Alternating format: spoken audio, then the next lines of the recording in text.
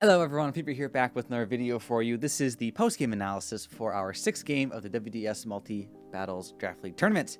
Of course, if you have seen the game, you'll know that we were able to eke out a win, which we are very excited about, very pleased with. We're getting right into it. They lead with Ndidi Alakazam, definitely going for some psychic spam here. We have Drift from Rillaboom. Our plan again this week was to just do something super simple, just unburden Grassy Seed, Drifloom into Gust, Weakness Policy, Rillaboom. Of course, we do lose the speed tie, which is quite unfortunate. You can see me in the bottom right complaining. I was honestly pretty upset. I was not expecting them to do min speed in DD.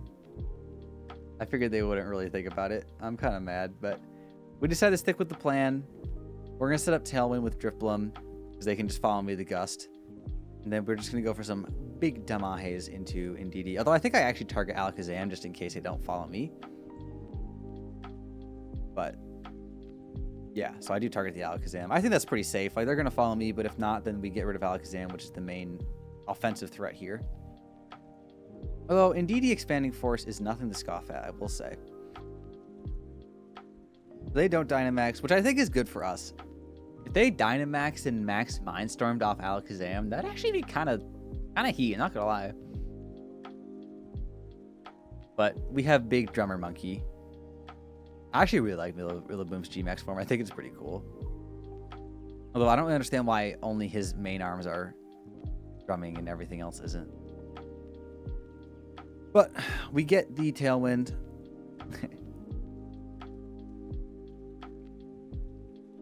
Alakazam is still... Oh, it's right. We're min-speed Rillaboom.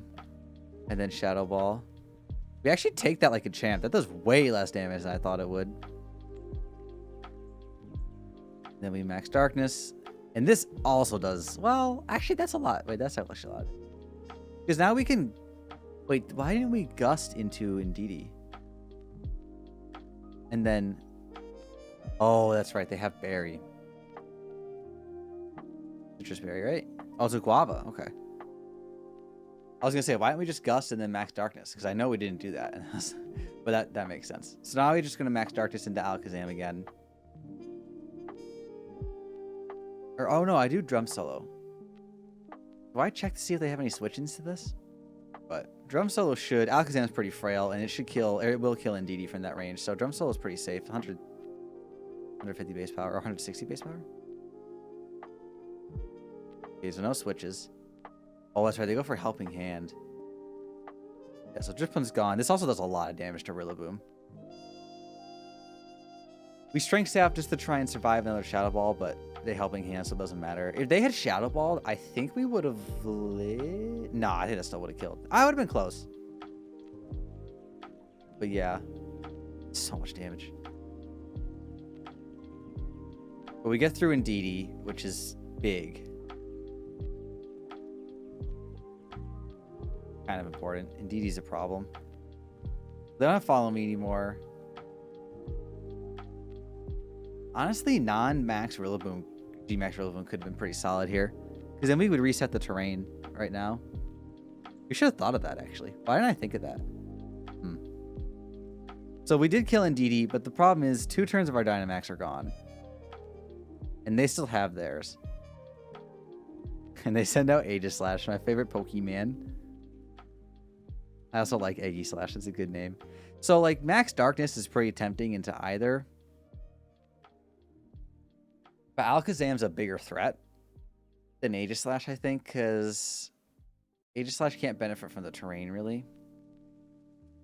I'm surprised they didn't do any speed swap shenanigans. Although, I guess you don't really want to speed swap with Aegislash. But I'm surprised they didn't do speed swap Alakazam with Hat. That would have been pretty difficult for us to lead with, or to deal with, I think, especially considering our lead. Although we wouldn't have led this if they had Hat and Alakazam on 2 different teams. We would have led something else. Okay, so we Night Slash into Alakazam. Yep, Sash.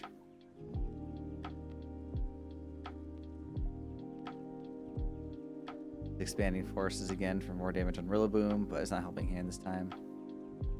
Of course, now it's in range for a Shadow Ball, or I think it was physical. Yeah, it was physical Aegislash. So We do pick up 2 KOs with our Dynamax, but we do unfortunately lose Rillaboom in this turn. But it could be worse. Also, I'm pretty sure we doubled Rillaboom's kills in this game, so that's pretty hype. And Drapions pretty threatening to Aegislash, especially not in shield form.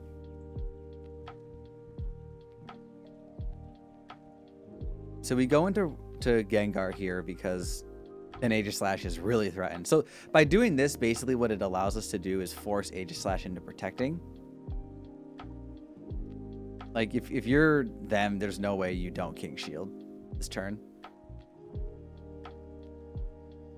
So yeah, I'm thinking I want to go for a double onto Hat. Looking at the target on Hat, because it's of course Hat's their main max target. I believe they switch Hatterene out though. I can't exactly remember what happens this turn. I know at some point we get a Sludge Bomb onto Max Hatterene. I think they switch to Moral this turn, and then we kill Moral, and then they put Hatterene back out and Aegislash King Shields. But I also know that we end up Night Slashing into a King Shield at some point, but I don't think that's this turn. Oh, it is this turn because they swap it out, and then Sludge Bomb just kills the Moral, and then Night Slash goes into Aegislash. Yeah, so that's what happens. So now we're -1 Drapion, which really sucks, but again, we are crit Drapion, so not like really the end of the world.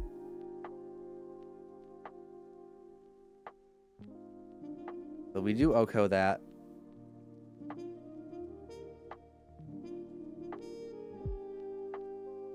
I wonder how Cross Poison would have interacted with that. If we had Cross Poison the Steel type that's protecting, does it say it doesn't affect them, or does the Protect go off first? Like if we had Cross Poison there, but we've just not gotten the drop, because that could have been big brain. So now this turn we Sludge Bomb into Hat again. I'm tempted to Shadow Ball into Aegislash, but it's not worth. We need damage on Hatterene. Because they can't, unless they double into Gengar, they can't kill it this turn. The only problem is, the problem is if they had Shadow Sneak. But they didn't have Shadow Sneak, so that, I think if they had Shadow Sneak, we probably would have lost here. Because if they had Shadow Sneak, we would have had the double into Aegislash, and then Hat is just free to Dynamax and do a bunch. Because the problem is now they get Gengar down to its Sash, but they can't do anything before we move next turn. Because I believe Hatterene max guards, and we double into it. And without Shadow Sneak, it's not really that big of a deal. But since they do have Shadow Sneak, it is a problem. Although we do get one turn of their max. We could just... Yeah, I guess it's kind of just a matter of do we want to read the Protect or not is kind of what it comes down to. Because Shadow Ball Night Slash would have killed Aegislash here. It depends on what their last Pokemon is. I can't remember what their last one. Yeah, so now I'm like, oh wait, they have Shadow Sneak, so we're screwed. But then they don't have it, so we're not screwed. But I think doubling into Aegislash there, because I feel Hat protecting is pretty obvious. Like it's the last Pokemon they have on that side. They don't want it to go down this turn. And they can either kill or... Because they don't know if we're Sash or Specs. Gengar. So if they assume Specs, then their play makes sense anyways, but it makes a lot more sense. So I think the safer thing to do was to double Aegislash that turn. Because we kill Aegislash, then it's a 1-1. But then we do have to play with Confusion if they don't Protect. So it's really just calling the Protect. But I think that was a pretty easy call to make, I guess. Yeah, so we do half of Hat's health with a Sludge Bomb, which is actually kind of crazy. And then we taunt Aegislash. Oh, right, so it can't King Shield. And they also had Iron Defense. Their plan was to have Aegislash beat Escavalier. So, but now it can't King Shield, and now sending in Rotom's pretty free. We could just kill Aegislash. Drapion actually takes that pretty well. Of course, now we do have to play with Confusion, but Rotom's faster than everything. And they can't Protect on Aegislash, so they either swap it out or it dies this turn. They have one turn of max left. It's pretty bulky Rotom. I could Protect. We do have a Citrus Berry. But I'm pretty sure I just overheat into whatever this Aegislash switch in is. Let's see. They have Lurantis. Yeah, so they have no switch into overheat. Oh, that's right. They switch into Vikavolt. So yeah, overheat Aegislash is the play, 100%, because we kill whatever they have, unless it's sashed. But we know it's not because. Oh, I protect. Ooh, that's sus. That's a really sus play actually, because if they just max, if they max Mindstorm, that's why it works. But if they had infused again, would have been really bad. I don't know why I didn't pick up on the fact that they have no switch into a fire type move. I can't believe that. We do get the Night Slash crit off though, or attack off. Oh, we do get the crit. Okay, nice. And then it's Mindstorm into Rotom, or yeah, because we're Dark type, they can't. Yeah. So it does work out, but if they had just max Fairied, which I think is what they should have done, I'm not really sure why they Mindstormed. I guess to set up Expanding Force later on, because we had no terrain control anymore. But even a max Mindstorm from Rotom, I'll calc that real quick. But I think we would have lived still. Rotom Heat versus Hatterene. Expanding Force, Dazzling Gleam, Gigantamax, Quiet with Life Orb. Always max HP Rotom, not Dynamax. Yeah, nothing they do is... Oh, they didn't want to smite because Rotom resists it. I keep forgetting Fire resists Fairy. But still, yeah, nothing they do could have OHKO'd our Rotom. So I think overheating that turn was pretty good. Because then what happens is we get more damage on Hat. Because we kill the Vikavolt on the switch in. And then we get more damage on Hatterene, which is nice. Because I think we get confused. Then Drapion. Oh yeah, Drapion goes nuts. He doesn't crit, but he does attack. So, you know, we take those. We take those. They get Hat. Yeah, see, they wouldn't have gotten Trick Room up at all if we had just overheat Night Slash. Because then, assuming, you know, we both attack through confusion both times. But this turn's pretty easy for us. We just protect Rotom. And then we can attack either, but I think attacking Aegislash is better because Hat might protect here, to be honest with you.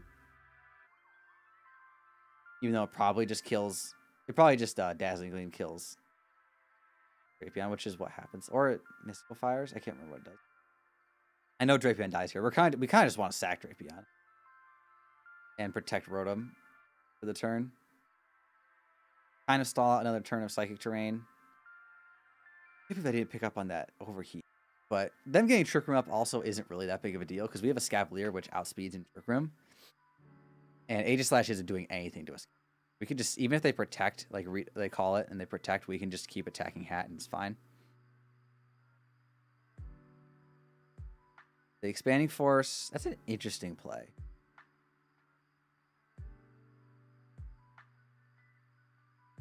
Then the Iron Head. And they have Iron Head, King Shield, Shadow Claw. I really am surprised they didn't have. Like, I understand the Iron Defense thing to beat Scavalier, but so this turn's pretty free. Aegislash can't kill. Even if it crits, it would need to crit twice. I'm just checking the speed to make sure that we outspeed. So unless they Shadow Claw, Shadow Sneak crit, which I calced after the game, it's easy. It's free to just attack Hat. And then if we Nasty Plot him, the game is pretty much over. Although, honestly, I think an Overheat would kill... Well, if Aegislash is in shield form, it wouldn't. I don't think. But max HP Citrus Berry Rotom isn't going to go down this turn. Unless they double it and crit. So, at this point, I think the game is pretty solidly wrapped. I think we played pretty well. The only thing I think... The biggest thing I think that we should have done that was a misplay was not overheating the Aegislash. Because it was just a free pickup on Vikavolt. They do have Battery Berry, but with Life Orb and the HP it's at. This turn we can just protect a Scavalier and then overheat. And we pretty much win. There's not really much that they can point. Oh, did we double protect? Oh, we protect Rotom and Drill Run. Why do we do that? That makes no sense. I guess we're just stalling out Trick Room.